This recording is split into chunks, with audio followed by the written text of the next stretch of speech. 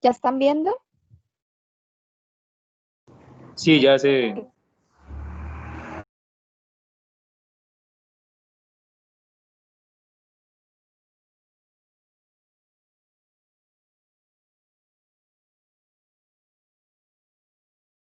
Bueno, entonces voy a iniciar. Entonces, yo les voy a hablar sobre accidente rábico, pues en niños, aunque ya, pues de una vez les adelanto que en realidad todo el manejo, las definiciones de caso, la fisiopatología, pues todo lo que tiene que ver con rabia es igual que en los adultos. Así Perdón, que, se me pues, había desconectado el equipo. Mm, qué pena contigo.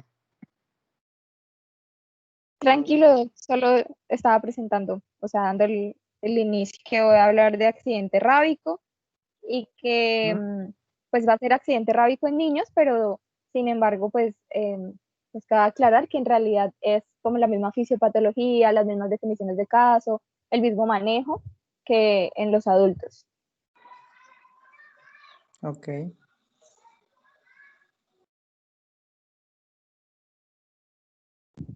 Bueno, entonces, un accidente rábico o la rabia, pues tenemos dos definiciones. La primera es una por la Organización Mundial de la Salud que dice que la rabia es una enfermedad vírica infecciosa que acaba siendo mortal en casi todos los casos, una vez que han aparecido los síntomas. Entonces se dice que una vez aparezcan los síntomas, ya les explico más adelante cuáles son y todo, la tasa de mortalidad o el porcentaje de mortalidad es del 99.99%. Es decir, que la tasa de supervivencia una vez que una persona empieza a presentar síntomas así sean leves es del 0.01%. Por eso es muy importante poder prevenir y diagnosticar estos casos antes de que aparezcan los síntomas. Em, que en la mayoría de los casos pues, es transmitida por los perros domésticos. Sin embargo, pues también puede ser transmitida por animales salvajes, les explicaré, y esto pues, se propaga generalmente por la mordedura de estos animales a las personas, pero también puede transmitirse de animales a animales. El Instituto Nacional de Salud entonces nos dice que El la gato rabia es es un una... transmisor de rabia o no? El gato, los Sí, gatos. sí, los gatos son un transmisor de rabia, incluso son más transmisores de rabia salvaje, que ya les hablo un poquito más, que la rabia doméstica. Entonces, en general, pues Eso hay es dos tipos. el año pasado, fue el año pasado, no, es diciembre de 2018, 18, no, 2019. Hubo un brote acá en la ciudad, ustedes no sé si vieron alguna, alguna publicidad que hacía la S municipal entre que decía menos rabia y más amor. Eso fue por un brote de un caso que hubo, bueno, un caso, ¿sí? En el cual hubieron 3 personas involucradas y el origen o la fuente fue una gatica, ¿sí? No vieron esa noticia, eso salió en redes y salió en noticieros No, y fue profe, yo No, no. como... señor, campaña de vacunación Pues no, y yo con eso fue que vacuné a mi gata. Ah, ok. Eso fue el año pasado, ¿cierto? ¿El año pasado para qué fecha? Sí, Diciembre, señor, ¿no? el año pasado. No creo que haya sido en diciembre, doctor. O bueno, sí, creo que sí. No recuerdo muy bien la fecha, pero sí recuerdo que hubo un caso en el Meta y que por eso fue que se comenzaron a hacer campañas de vacunación. Yo sí supe de las campañas de vacunación también por los barrios, escuchaba varias veces. Ok. Bueno, muy bien. Sigamos. bueno, entonces les estaba diciendo que el Instituto Nacional entonces dice que es una zoonosis, es decir, una enfermedad, una infección que es transmitida de animales a seres humanos, que es muy mortal, como ya les había dicho, que afecta principalmente el sistema nervioso central, que se puede alojar en animales homeotermos o que tienen la sangre caliente, es decir, pues casi todos los animales, especialmente los mamíferos, en donde pues obviamente está incluido el ser humano. En el ser humano se produce, digamos que a grandes rasgos, una encefalomielitis aguda que posterior, pues va progresando, después genera una parálisis, el paciente puede llegar a coma y finalmente pues fallecer. Y que es una enfermedad de las pocas que sus síntomas y sus signos pues no han variado mucho o nada a través de los años.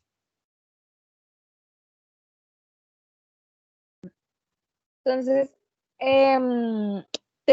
hablando ya de datos epidemiológicos, entonces la rabia pues es una enfermedad que generalmente se produce, como ya les había dicho, pues, por la mordedura de algunos animales. Esto puede ser por animales domésticos como el perro, que es el principal, digamos, vector de la enfermedad, o puede ser por animales silvestres como los murciélagos, los zorros. También tenemos que, por ejemplo, las vacas pueden contraer rabia, los gatos también. Entonces es como muy amplio, que se encuentra en casi todo el mundo, excepto en la Antártida, pero que a pesar de que está en casi todo el mundo, los continentes que más dan o aportan a la mortalidad en un 95% es Asia y África, porque se relaciona mucho los casos de rabia con el estado como socioeconómico de los lugares. Porque entonces explicaba la OMS que, por ejemplo, en África, vacunar a una persona incluso después de tener el accidente puede costar $40 y en general una persona, digamos en África, gana de $1 a $2 diarios. Entonces es demasiado costoso tener ese tratamiento y por eso es que se mueren tantas personas. Porque como ya les dije, pues esto es una enfermedad que es completamente prevenible, casi del todo. Entonces, pues por eso es que la mortalidad la aportan en lugares en donde el nivel socioeconómico no es como tan fuerte y no se pueden realizar adecuadamente como las campañas de prevención y el manejo adecuado de ya como tal los casos. La idea es que, digamos que los países que hablados también como a la OMS se han propuesto erradicar la rabia al menos en los animales que son los primeros vectores, ¿sí? O que más contagian esta enfermedad, que serían los perros, ¿sí? Los perros domésticos o los perros de calle. ¿Eso con qué se hace? Pues con la vacunación de los animales. Y que además de esto se haga también vacunación o se hagan más estudios para evitar la rabia silvestre provocada por animales como los murciélagos o los zorrillos, que son de pronto las que más se pueden llegar a controlar. Ya esto que ven ahí, pues lo siguiente son unos datos epidemiológicos del boletín epidemiológico semanal, que es de Colombia. Es la última semana que se ha publicado, que es del 23 al 29 de agosto de este año. El Meta, durante el transcurso de este año, ha tenido 1.653 agresiones por animales potencialmente transmisores de rabia. De eso, pues, estamos, digamos que bien, no tenemos más casos de los esperados. ¿Y cuándo fue el caso que te respecto digo, el último caso? Ahí tú tienes la gráfica. No, yo así foco de este año en el mes, pero no especificado. Se está entrecortando, Sofi. Ahí escucho, ¿me No, escuchan mejor? no, muy entrecortado.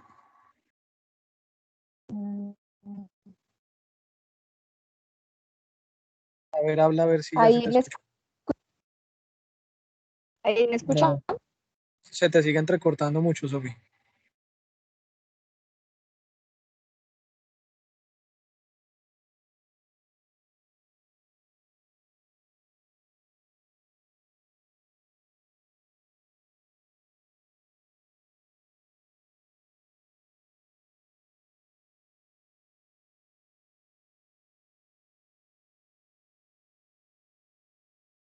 Ahí me escucha mejor?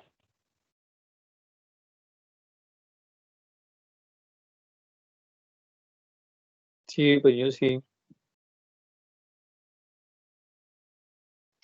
¿Sí? ¿Escucha? Ahora no, ahora sí volvió a entrecortarse.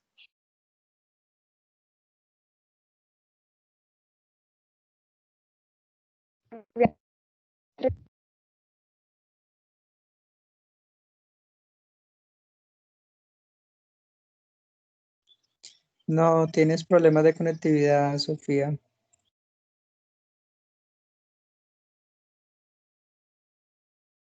Todos la escuchamos entrecortado, ¿cierto? Sí, Sí, pues yo señor, sí. yo también. Sí, doctor, yo no la escucho bien.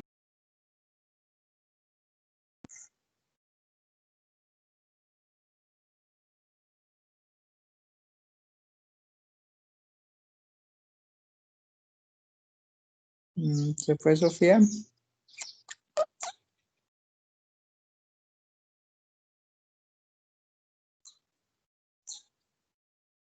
No, aquí aparece conectada. Sí, sí, señor. Ahí escribió en el chat que está solucionando, que está mirando a ver cómo reconectarse.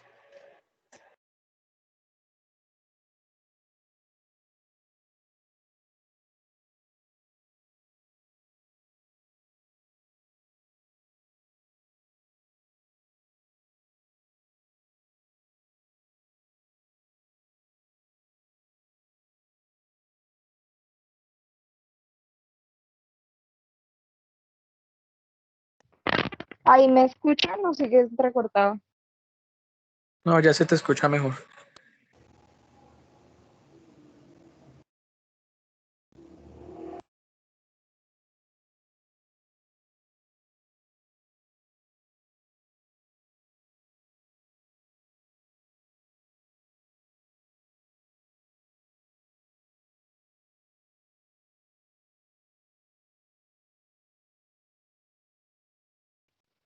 ¿Me escuchan ahí? Sí, ya se mejor. oye bien. Sí, ya se oye bien. Ya. Ok, listo. Ya me estoy pasando para el lado del internet.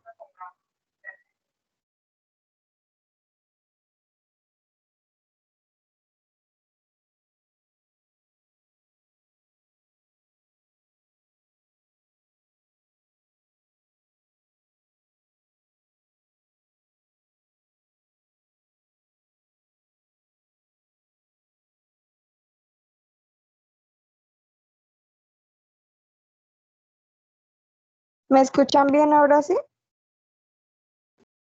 Sí, ya se te oye muy bien. Sí, sí te escuchamos bien. Ah, bueno, listo. Entonces voy a continuar. Entonces, Doc, te estaba diciendo que no sabía exactamente dónde fue el caso, que en el mapita salida era este año reportado un foco de rabia animal en el meta, solo uno, pero no exactamente dónde. No, pero eso fue el año pasado. Eh, año pasado. ¿Te parecía como este año? Salía en el informe de este. Ok, pero debe ser como... No, pero no debería porque se supone que la semana epidemiológica cierra cada año. Mm. Sí, o sea, no salía en las semanas, o sea, no en el boletín, sino en unos informes aparte, o sea, en unos que vienen como una especie de folletico, que salía rabia animal y salía ese. Ok, ok.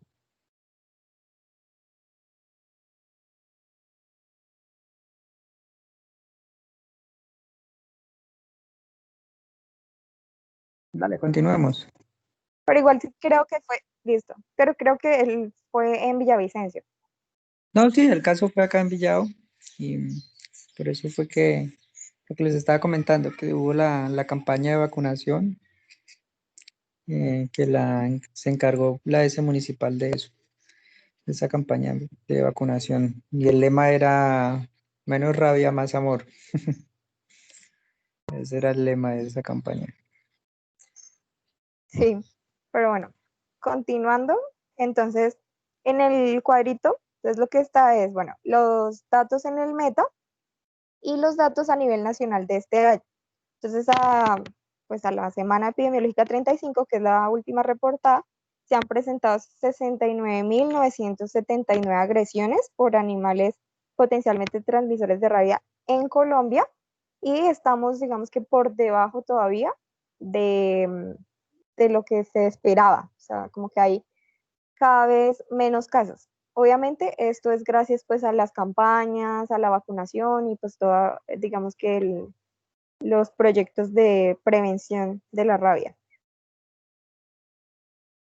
De los departamentos o de las zonas geográficas en Colombia que más tienen problemas de rabia es la costa atlántica, en Magdalena, durante pues varios años, porque ellos son los únicos que tienen, digamos, muchos casos circulantes de rabia en animales como los perros y los zorros, y que ahí ha sido como más difícil controlar, supongo que por todo el tema de la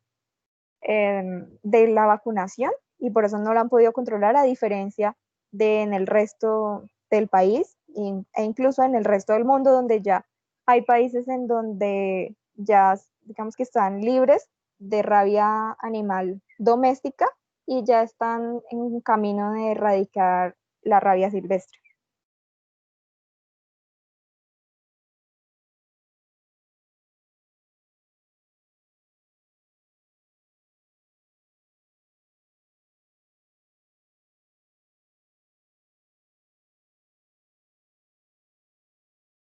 Bueno, entonces ya hablando del virus de la rabia, tenemos que pertenece al género Lyssavirus de la familia Rhabdoviridae. La transmisión, como les había mencionado, pues es principalmente por la mordedura de un animal portador del virus, seguido, o sea, digamos en segundo lugar, la forma de transmisión son los arañazos, la lamedura de mucosa expuesta o de piel lesionada, los trasplantes infectados con el virus de la rabia, que es muy poco común, a través de la vía respiratoria. Esto ocurre cuando las personas ingresan, por ejemplo, a cavernas que están llenas de murciélagos, y esos murciélagos tienen rabia, entonces hacen que el virus empiece a circular en el aire. Y si hay muchos murciélagos, pues se concentra mucho virus en la caverna, y entonces la persona puede inhalarlo y adquirirlo de esta forma, pero pues es muy poco común. Y la otra forma es para las personas que trabajan en, digamos, la manipulación o la creación de las vacunas para la rabia, o en laboratorios donde se manipule directamente el virus y no se sigan de pronto los protocolos de bioseguridad adecuadamente, entonces pues pueden contagiarse. El periodo de incubación es de 10 a 60 días, más o menos en promedio, pero puede durar hasta un año o más. El periodo de transmisibilidad del virus, generalmente en los animales domésticos como perros y gatos, inicia 3 a 5 días antes de que el animal empiece a presentar los síntomas, ¿sí? Y finaliza pues cuando el animal fallece. El reservorio, entonces o es cualquier animal que sea homeotermo, que les había mencionado, especialmente los mamíferos. Entonces encontramos que en las zonas urbanas generalmente son los perros y los gatos, en las rurales están las vacas, los caballos y los asnos, y ya en las zonas más apartadas están los murciélagos, los zorros y los zorrillos. Pero en general casi cualquier animal pues, puede ser reservorio del virus. Bueno, el virus es más o menos en la formita que está en la imagen, que es como de una bala.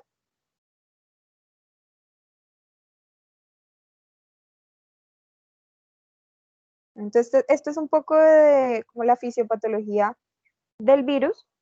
Entonces, lo primero que ocurre, pues es perdón, lo primero que ocurre, pues es la inoculación del virus. Entonces, esto se da cuando el animal muerde, en este caso, al ser humano. El virus entonces ingresa por la herida, inicialmente al músculo, empieza a adentrarse, a tratar de buscar alguna línea o alguna terminal nerviosa para empezar a ascender al sistema nervioso central y ahí empieza a producir la encefalomielitis.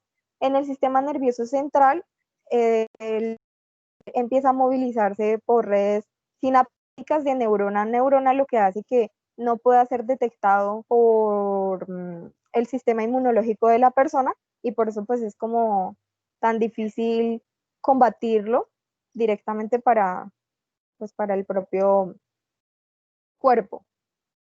Y una vez ya se encuentra en el sistema nervioso central, entonces se puede empezar a dirigir a cualquier parte del cuerpo y pues originar una infección o alojarse ahí. Desde ¿Cuáles son las que fases? Hay unas fases, ¿no? Vas a sí señor, explicar. ya en la siguiente Ah, diapositiva ok, las... listo. Ajá.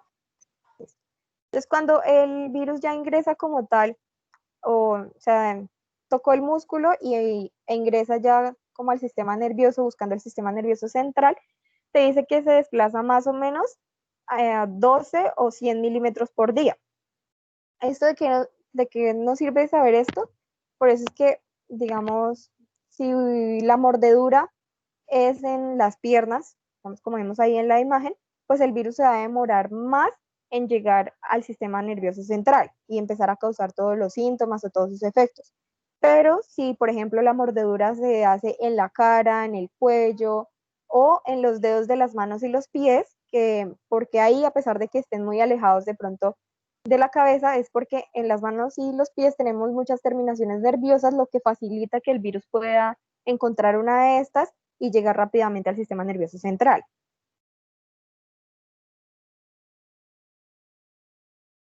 Entonces acá están las fases que decía el doctor, son 4. La primera fase es la fase de incubación, que obviamente en esta fase la persona va a ser asintomática y puede durar de 10 a 60 días y digamos en promedio, pero puede llegar a durar un año o más. La segunda fase, pues es la fase prodrómica, donde se presentan algunos síntomas inespecíficos. Y ahorita les menciono qué síntomas están y puede durar de 2 a 10 días. A partir de esta fase, ya se dice que es como irreversible todo lo que el virus cause. Es decir, que la idea es encontrar a los pacientes en la fase 1, que es en donde se les puede administrar el tratamiento específico para poder detener la migración del virus y pues que no fallezca el paciente. La fase 3 es la fase neurológica, en donde se presentan pues, los síntomas neurológicos y puede durar de 2 a 7 días. Y la última fase es la fase de coma, en donde pues obviamente se produce el coma y la muerte y puede durar de 1 a 10 días. Entonces acá están los signos y los síntomas humanos.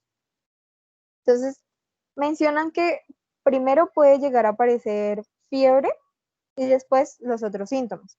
¿Cuáles son? Pues esta sensación de angustia, ansiedad, hiperactividad, cefalea, irritabilidad, miedo, depresión, delirio, alucinaciones, sentimientos de violencia, ganas de atacar, periodos de hiperexcitabilidad que se pueden ir alternando con periodos de mucha tranquilidad, lucidez, tienen hidrofobia, que es algo como que no se ve mucho en ninguna, o no se ve en ninguna otra patología, que pues es ese como temor u horror, como al agua. Tienen paresias o parálisis, parestesias, empiezan a presentar contracturas, coma, la parálisis de los músculos respiratorios y esto es lo que finalmente pues puede llevar a la muerte.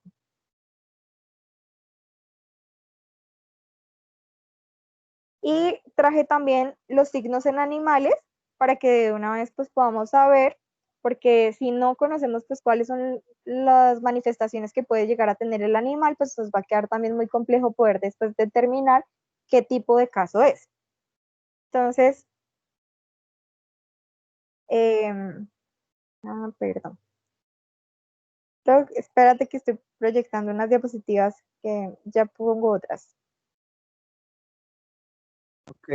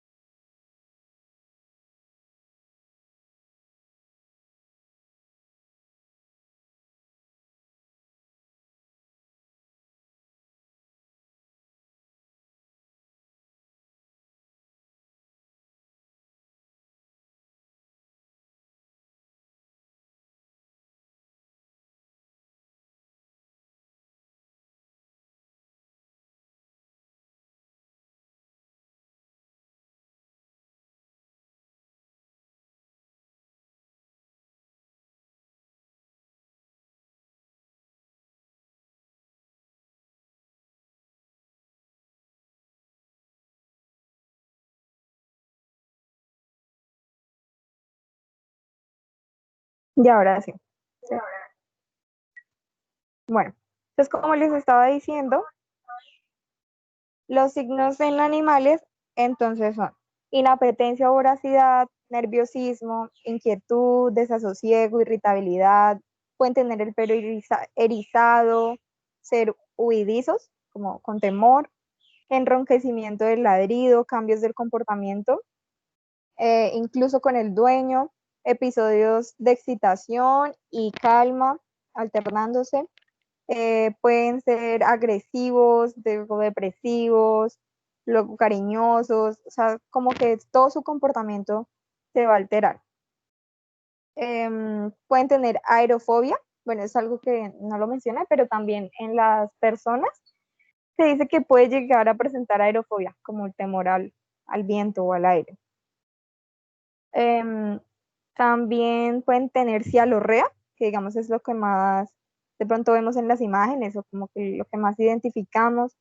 Hiperactividad, agresividad extrema, ataca sin provocación alguna, eso es algo muy importante que ya hablaremos más adelante.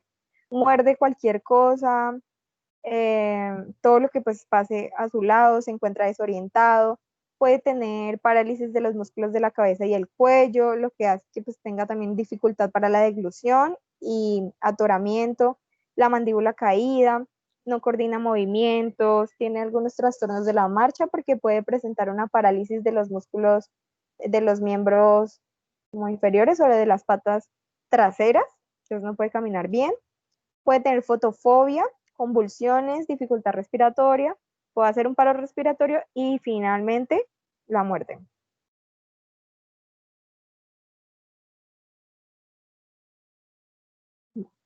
Entonces eso era como tal, digamos, las generalidades de, del virus. Entonces ya vamos a empezar a hablar de la atención de las agresiones. Entonces lo primero que debemos saber es que un ataque o cuando una persona se presente por un ataque, lamedura, mordedura, un rasguño, lo que sea de algún animal que pueda tener algún riesgo de tener rabia, se considera una urgencia. No importa si el animal lo mordió hace una hora o lo mordió hace un mes, 2 meses, el tiempo que haya pasado siempre se debe considerar una urgencia y se debe manejar, así haya pasado mucho tiempo, como si el evento acabara de suceder. El segundo paso, después de, pues, digamos, manejarlo así, es hacer una historia clínica completa. Entonces, pues además de lo que ya sabemos de una historia clínica, se deben como especificar algunos datos. El primero es si el animal es doméstico o silvestre. Entonces, si es un animal de la casa, si era el perro de la casa, el perro de algún vecino, si por el contrario era algún murciélago que se encontraron por ahí o estaban de excursión y los mordió un zorro, o si es algún perro callejero. El segundo punto es la localización actual del animal. Entonces, hay veces que, por ejemplo, son atacados por perros callejeros, pero resulta que es un perrito callejero que siempre está en el barrio, siempre está en el conjunto, siempre está en el mismo lugar. Como siempre tiene el mismo lugar, entonces va a ser mucho más fácil localizarlo. ¿Por qué? Porque necesitamos después del ataque, bueno, con unas salvedades, pero en general después del ataque del animal necesitamos observar el animal, a ver si no tiene síntomas, si los presenta al cabo de unos días o cómo es que va evolucionando él también, porque eso también va a ayudar a definir el manejo de nuestro paciente. Lo otro es saber si es una agresión provocada o no provocada. Entonces, ¿qué es eso de provocada o no? Una agresión provocada es cuando lo muerde un perro porque es un perro que vigila un lote y se intentaron meter al lote, entonces el perro los mordió. O le intentaron meter la mano en la comida mientras el perro comía. O era algún niño que estaba molestando al perrito mientras el perrito comía, o a la mamá que acaba de tener a sus cachorritos, entonces ella obviamente va a estar en una posición defensiva, entonces puede atacar. Eso es una agresión provocada, que fue algo que el perro o el animal reaccionó a alguna acción que realizó la persona. En cambio, una agresión no provocada se da cuando, por ejemplo, el animal ataca sin razón alguna. Simplemente iba pasando una persona y el animal atacó, o cuando ocurre en momentos que no tienen nada que ver. Por ejemplo, que sea un murciélago que lo atacó de día, ¿sí? O sea, que estaba volando por ahí de día, cuando generalmente ese no es como su hora habitual de estar por ahí en la calle. Entonces, ¿cuál es más grave? Pues una agresión no provocada, porque indica que el animal tiene algunas características de agresividad ya como propias de él, ¿sí? O de la rabia, que nos pueden ayudar a indicar que pues es posible que el animal sí haya estado contagiado con rabia. Lo otro es verificar el estado de vacunación. Entonces, hay que verificar si es un animal doméstico, obviamente, si tiene si es vacunado y si tiene el carnet de vacunas vigente, pues hace cuánto, cómo tiene el esquema y cómo es todo. Y también, si se puede, revisar si la persona a la cual fue agredida, pues en algún momento había sido vacunada o alguna vez había recibido el suero, o si está en constante exposición a algún riesgo, pues ha sido vacunada alguna vez. Y lo otro que tenemos que ver, pues, es la localización anatómica y el tipo de agresión.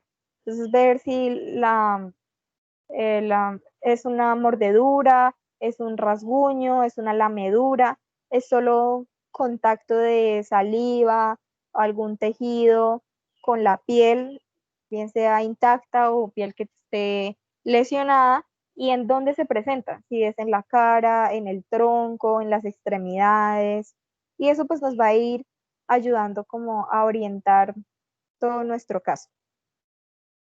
Dentro, digamos que de las atenciones que se deben hacer, pues está la notificación. ¿Por qué? Porque el accidente rábico es un evento en salud pública. Por eso es que encontramos que se escribe sobre él en el Instituto Nacional de Salud, por eso está reportado en los boletines epidemiológicos, por ser un evento de salud pública. Por lo tanto, siempre que haya algún ataque de algún animal del que presuntamente o que presuntamente tenga rabia, pues se deben llenar las fichas de notificación. A estas fichas, pues está una ficha para rabia animal, hay una ficha para como tal la agresión del animal y hay una ficha para rabia humana. Pues dependiendo del caso vamos a llenar la ficha. Esto se debe enviar o lo debe manejar la institución, después digamos la secretaría municipal y ya dependiendo de lo que necesiten escalarlo, porque necesitan tener primero pues todos los datos epidemiológicos y aparte de eso porque esta vigilancia epidemiológica puede ayudar a que si es un animal que no es doméstico, que no es observable, es decir, que no está en la casa y yo no lo encuentro en ningún lugar, entonces las autoridades pueden ayudar a buscar el animal para tratar de pues mitigar el riesgo o pues poder detenerlo para analizar lo que ya les había dicho, si presenta o no presenta síntomas. Y pues ya como en último lugar, pues está ya el manejo como tal de la, digamos, de la lesión, de la mordedura y pues el tratamiento específico. Entonces, para hacer el manejo, se requiere hacer primero una clasificación de la exposición.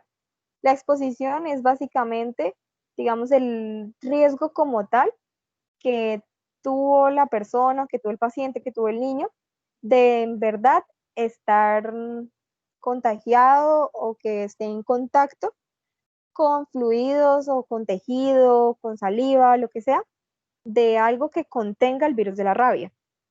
Entonces son tres tipos de exposición, vamos. Está la no exposición, la exposición leve y la exposición grave. Entonces el primero es la no exposición. ¿Cuándo es?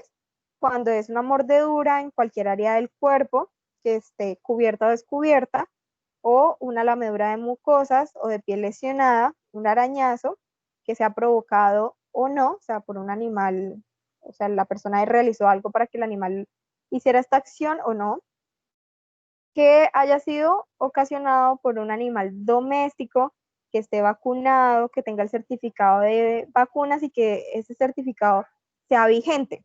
En general, la idea es que los animales se vacunen cada año. O sea, cuando están chiquitos se vacunan cada mes, en unos meses específicos, pero después es que la idea es que se realice cada año. Así que hay que revisar que esté vigente esa vacuna. Que sea un animal observable, es decir, que yo, por ejemplo, o bueno, la entidad, ¿sí? Lo pueda tener en un lugar y observarlo durante el periodo de tiempo necesario para que son 10 días, para ver si el animal, si en el momento del ataque no tenía síntomas, y en estos 10 días siguientes él va a presentar síntomas, o bueno, signos. Y que en el momento del ataque el animal no tenga ni signos ni síntomas de rabia. Lo otro que puede ser una no exposición es el contacto de saliva o tejido nervioso con piel intacta de la persona, ¿sí? Recordemos que lo que más podría llegar a contagiar es la mordedura del animal, porque además pues se lesiona el tejido y entonces hace que se introduzca más, por ejemplo, la saliva y así pueda viajar el virus. Pero pues con el contacto no es como tan alto el riesgo, y sobre todo si la piel está intacta, no tiene ninguna lesión. La otra forma es que sea una lesión causada por pequeños roedores. ¿Por qué? Porque se dice que ellos tienen como unas glándulas salivares muy chiquitas y no se considera que puedan llegar en realidad como a transmitir el virus. Entonces, por ejemplo, el libro, el del manual, menciona que las ratas muerden por hambre y no por rabia. Que, digamos, a veces uno... Oh, creo que se me fue. ¿Me están escuchando? Ah, ya. Okay. Se me habían las diapositivas. Ya. Entonces menciona que las ratas, muerden por hambre, más no por rabia. A pesar de que de pronto uno ve coloquialmente o en caricaturas o en películas o algo así, o puede llegar a creer que las ratas o los ratones pues podrían transmitir rabia, en realidad no. Por eso se considera que cuando es atacado por estos animales que son roedores pequeños, como la rata, los ratones o los conejos, pues no tienen ningún riesgo de exposición a rabia. Y la otra forma, la última forma de que sea una no exposición, es que se haya hecho la agresión y que esa persona consulte después de 10 días y que en esos 10 días el animal no haya presentado ningún signo de rabia y el animal se encuentre vivo y se encuentre, lo que significa que en ese animal pues no estaba con rabia, por lo tanto pues no le transmitió la rabia a la persona o al paciente, al niño.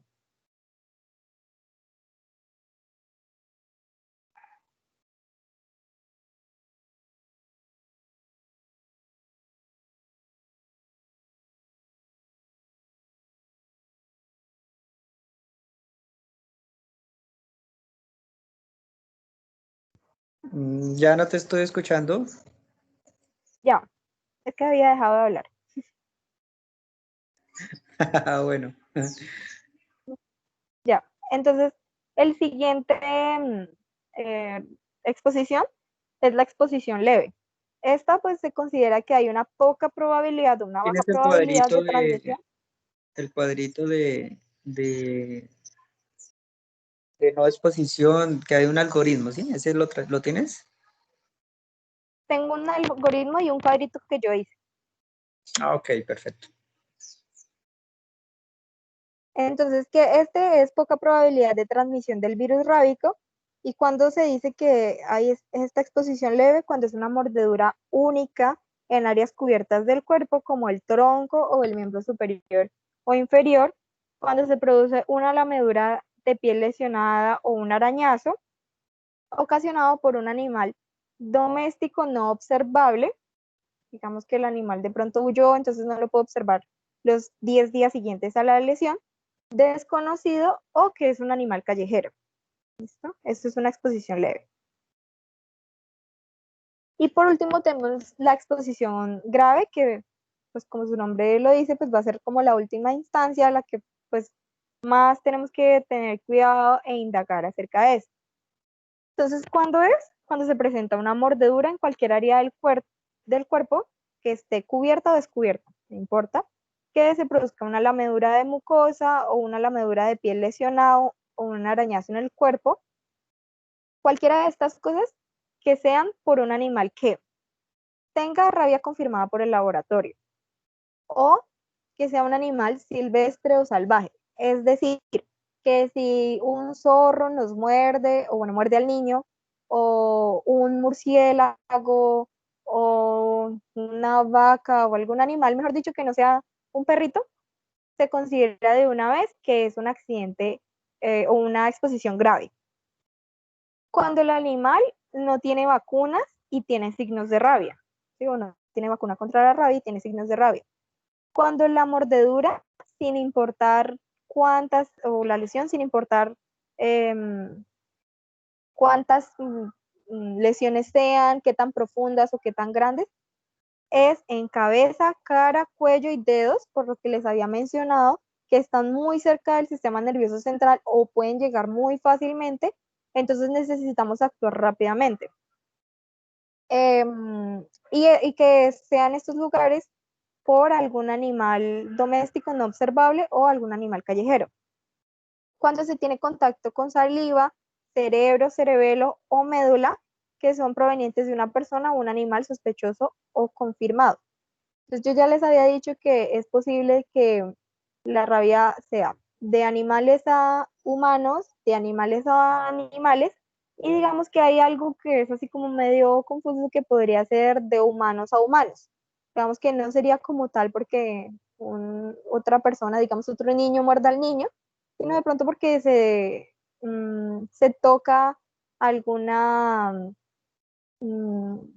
como algún material contaminado de esa persona y lo toca a otra persona sin tener los adecuados elementos de protección personal, entonces podría haber un riesgo. Y por último sería una exposición sin protección de las vías aéreas o conjuntivas a altas concentraciones de virus rábico en aerosoles, que era lo que les mencionaba, que se puede presentar pues cuando se entra a cuevas llenas de murciélagos donde el virus puede estar circulando en el aire, o cuando se trabaja en algún área donde se manipule como tal el virus. Digamos que este último caso pues no lo veríamos mucho en los niños, pero pues igual es importante saberlo. Entonces, estas son unas definiciones de caso. Yo sé que se ve muy grande y todo, no lo voy a leer todo. Es simplemente para que sepamos que en términos, no sé, como historia clínica o para la notificación está el caso probable, que pues va a ser una persona que haya tenido la agresión, o sea, la mordedura, el contacto, ¿sí?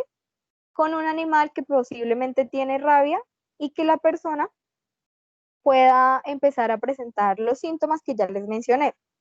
Tenemos el caso confirmado, que es básicamente cuando tenemos un caso probable, se le hacen algunas pruebas de laboratorio. La principal es una inmunofluorescencia directa y estas pruebas salen positivas. Podemos también hacer pruebas en líquido cefalorraquídeo, podemos hacer pruebas en saliva, podemos hacer pruebas o de algún raspado bucofaringio, de lágrimas, de ahí podemos hacer las pruebas ya más especializadas para confirmar que si el paciente pues tiene el virus. Sin embargo, es importante recalcar que no es que necesitemos que las pruebas nos salgan positivas para empezar a dar el manejo o el tratamiento específico que ya ahorita les comento. Simplemente es como para términos como legales, decir que tenemos un caso confirmado.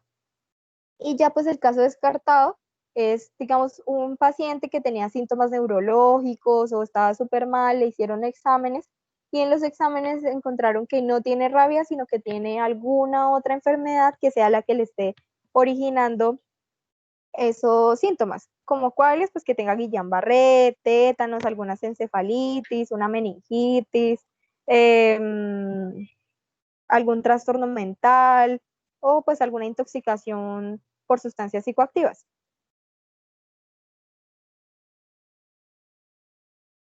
Entonces ya dentro de un manejo un poquito más específico, pues tenemos los cuidados de la herida.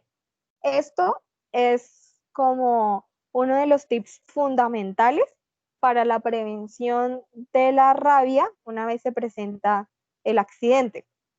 Entonces, Entonces, lo primero es lavar con abundante agua y jabón.